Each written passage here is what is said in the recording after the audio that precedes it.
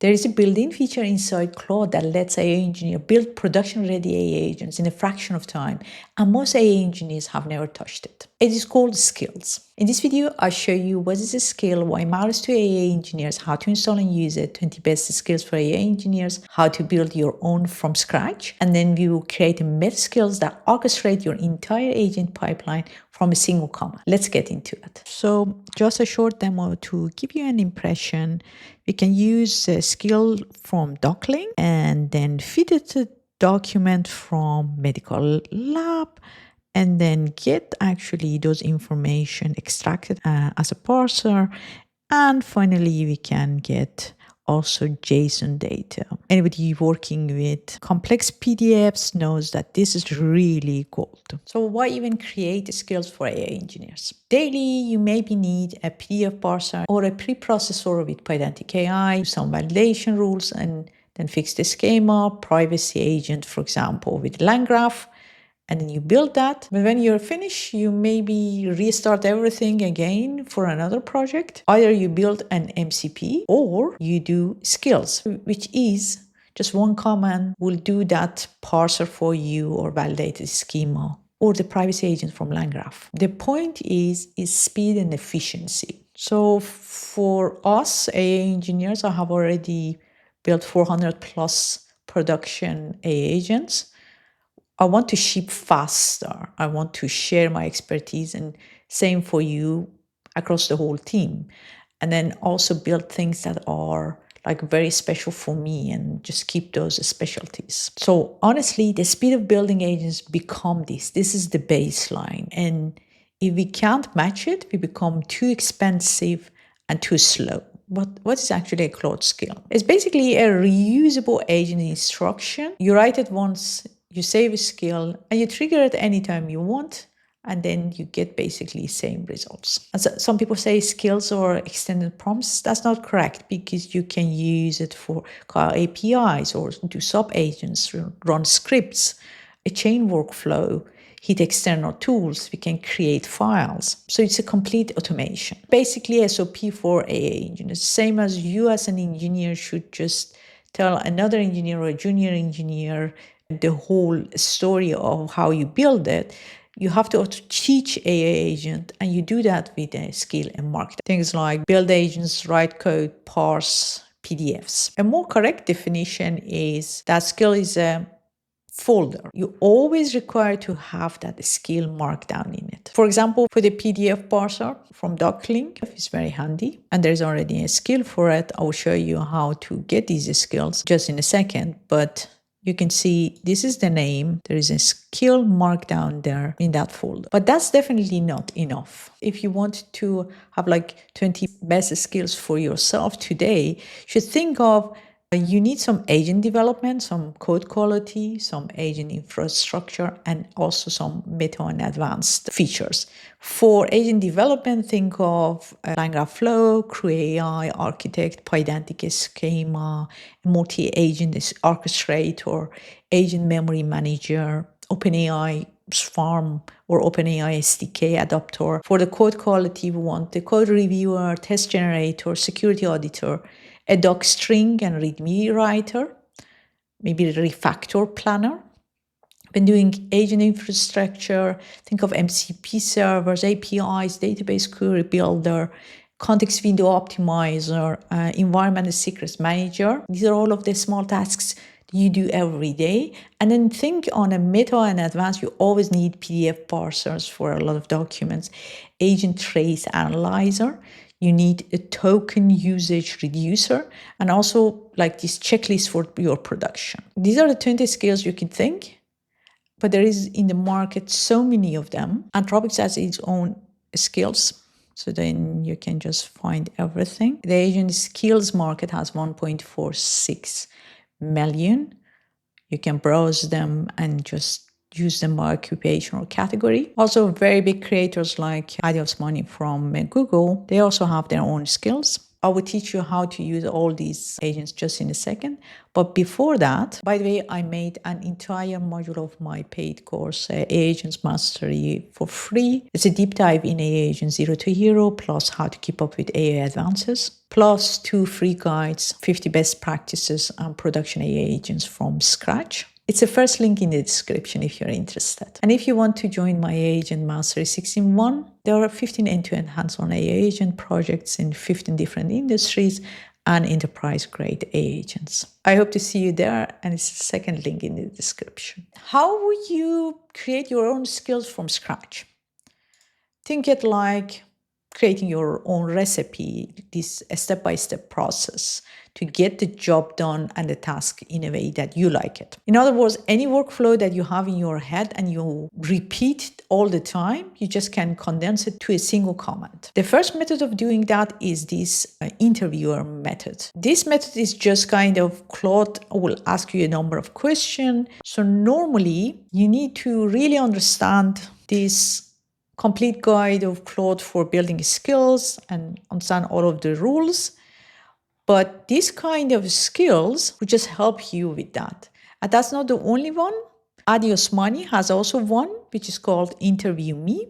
And Matt has one, which is called Grill Me. It's also really famous, also interviewing the user.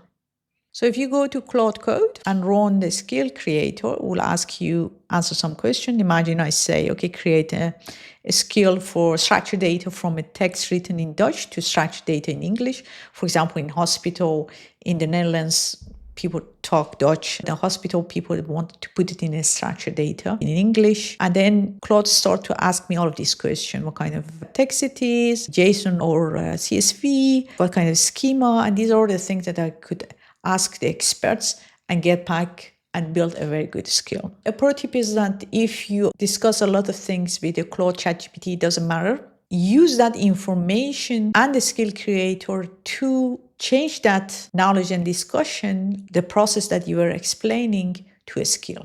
The second method that you can use is using the voice notes. So anything or any discussion that you make instead of the text whisper or Claude or your phone, and then transcript it and then use a skill creator to change your thoughts to a structured skill. And the last one is to train it on your external knowledge. So imagine you took a course or you have a lot of documents and you're gathering, Notebook LM that use that. So now you can, instead of building a rack, which is Notebook LM, and your code base and your SOPs and style guides, your best agent that you have built, all of that, you can change it actually to a skill. So what happens when you run a skill? So if I use that doclink, I just run it. It says that the doclink document is now ready. Give me a document and he can start. What is happening is that you just trigger basically the skill, either by a / the name or some of the descriptions that are matching the skill's description. And then a skill use this core principle. It is composable and portable because we can put all of these skills together like Lego pieces. Of course, it's portable because it's a kind of package. But what's that 3-level progressive context loading? In the first level, the only thing that it's loading is that name and description. So your context window is not loaded with so many information like MCP, because MCP first loaded everything before you can use it. In the level 2, when you trigger it, you say, I want to use it, then you will use the body, so the workflow, all of the steps. And then in level 3, if you need any of those scripts, which most of the time give those extra knowledge, it will use other files in that. For example, in the doclink, we'll use that doclink evaluate.py. So if I go here and then just click on it, you can see this is actually the Python file that will trigger and start running. Simply put, this progressive means first you need that summary, so the name and description. Then it is level 2, which is using the process, the steps. And then, if it's necessary, it will use the knowledge. And you can see how efficient it is also with your tokens. So now we build all of these steps. Are we done? Not quietly, because we've done this name and trigger. The second step will be like the go. We set the step-by-step process. We say we give it reference files, but then also you need some guidelines and error handling and some context limit and self-improvement. I've never ever written a skill in just one round. You have to improve it, same as you do with your agents. Now we can go to how to create a meta skill. But just before that, let me show you how to use those skills from all those marketplaces, like, for example, this 1.4 million place, or a smaller but great creators like Matt. Imagine that we want the grill me from Matt. We go to his skills, find grill me, and to use this, go to the main directory, click on code, click on download zip, find that skill, copy it to your Claude skills. When I go to Claude, I can say, for example, grill me, and you can see it's already there. By the way, grill with docs is the next version of grill me. Getting back to how to create a meta skill, building an agent is just a combination of a lot of sub skills and small decision makings, and it's kind of routing. So we want actually meta skill for all of those decisions, which after we build all of our skills, we just combine all of those and then automatically make decisions. Let me show you. So we can build a skill which is called AI Agent Navigator.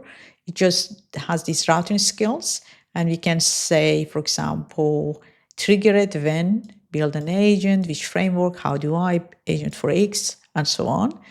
The first one is, don't know which framework to use. So you have LangGraph builder, Pydantic AI, most of the time it's for I/O, OpenAI when it's very lightweight, hands-off. And we have also MCP builder, then design architecture. In one of my videos, Production AI Agents, I have explained 17 of these architectures. You have to choose them, which is like reasoning without observation. Then we've got building right now agents, some tool designers. Then we've got agent producing wrong output. So we want some hallucination mitigation, a schema debugger, context optimizer.